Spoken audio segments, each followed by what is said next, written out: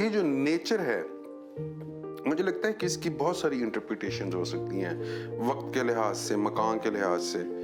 It has some millions of interactions within terrestrial, aquatic, and metaphysical objects, thereby making nature an untamed entity. Human interactions with nature and its objects expresses itself in a range of abstract and concrete forms.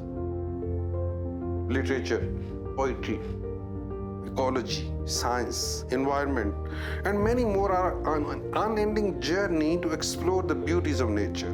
Photography and travel are just one of them, which I utilize to express my obsession towards nature and its objects.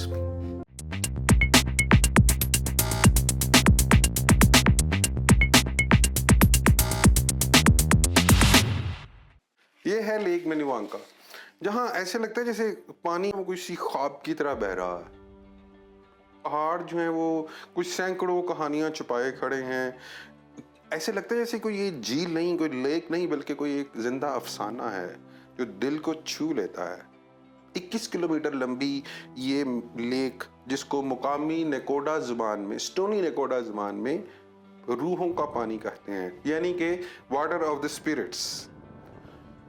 और यहाँ के सुकूत में, पानी के बहावों में, हवा की सरगोशियों में, पहाड़ों की अजमत में, जैसे कि मुझसे ये कह रही हूँ कि देखो फराज, हम वक्त के कैदी नहीं। The nearby lake they called Minnewanka, which means water of the spirits. Whenever they traveled in the neighborhood of the lake, they heard the voices of the spirits. As they passed by, they could see nothing who made the sounds, but they could hear the sounds. Minnewanka hides an underwater ghost town. इस झील के पानियों के नीचे एक छुपा हुआ गुमशुदा कस्बा है जिसको मिनीवांका लैंडिंग कहा जाता है। ये कस्बा माजी में एक आयरॉनिक टाउन हुआ, तफरीही मुकाम हुआ करता था। 1941 में 1941 में एक हाइड्रो इलेक्ट्रिक डैम की तोसी के दौरान इसको पानी में डुबो दिया गया, और अभी भी उस कस्बे की बाकियात उसके अंदर मौजूद हैं। पानी इस लेक मिनीवांका के पानियों के अंदर मौजूद। अब स्कूबा डाइविंग के जरिए लोग इस कैनेडियन हिस्ट्री के आसार को दरियाफ्त कर सकते हैं। गर्मियों में यहाँ पे बहुत सारी स्पोर्ट्स एक्टिविटीज़ का बंदोबस्त किया जाता है। बोटिंग है, कैनोइंग है। कुछ लोग मेरी तरह के हैं, जिस तरह के जो कि रो बोट नहीं चला सकते, या सलाहियत नहीं रखते, या ज़ौक़ नहीं रखते, तो उनके लिए यहाँ पे कंपनीज हैं जो मोटर बोट है उसके टूर्स मैनेज करती हैं। तो वहाँ पे आप बैठ के झील के दूर दराज के असरार हैं उससे पर्दा हटा सकते हो।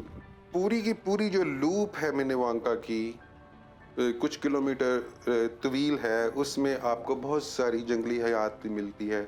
मिसाल के तौर पे डियर है, एल्क है, मूज है, Rocky Mountain sheep is very common over there, और आपको बहुत फ्रीक्वेंटली आप ग्रिजली बेयर और ब्लैक बेयर भी स्पॉट करते हैं। लेकिन it is recommended from the wildlife department of Canada कि if you encounter a wild animal, you do not have to approach or you do not have to feed them. अच्छा, families के साथ तो आप यहाँ पे जाते हैं तो आपको, मैंने जैसे कि अर्ज़ किया, हाइकिंग और पिकनिक और boating, canoeing, you can do multiple activities over there. लेकिन दो औकात ऐसे हैं जिसमें ये सारा इलाका, ये सारी लेक्स, ये झील, ये वाटरफॉल, ये पहाड़ एक बड़ा डिफरेंट मंजर पेश करते हैं, और वो है तुलुए आफ्ताब और गुरूब आफ्ताब। तो मैं अक्सर गुरूब आफ्ताब तक वहाँ स्टे करता हूँ। Being a photographer, I want to capture some golden moments.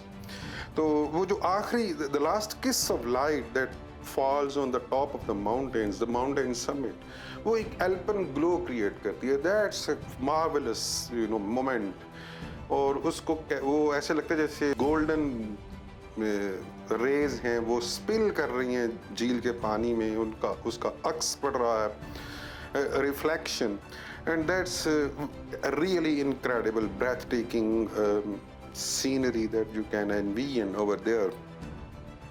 अपना ख्याल रखिए। अल्लाह हाफिज़।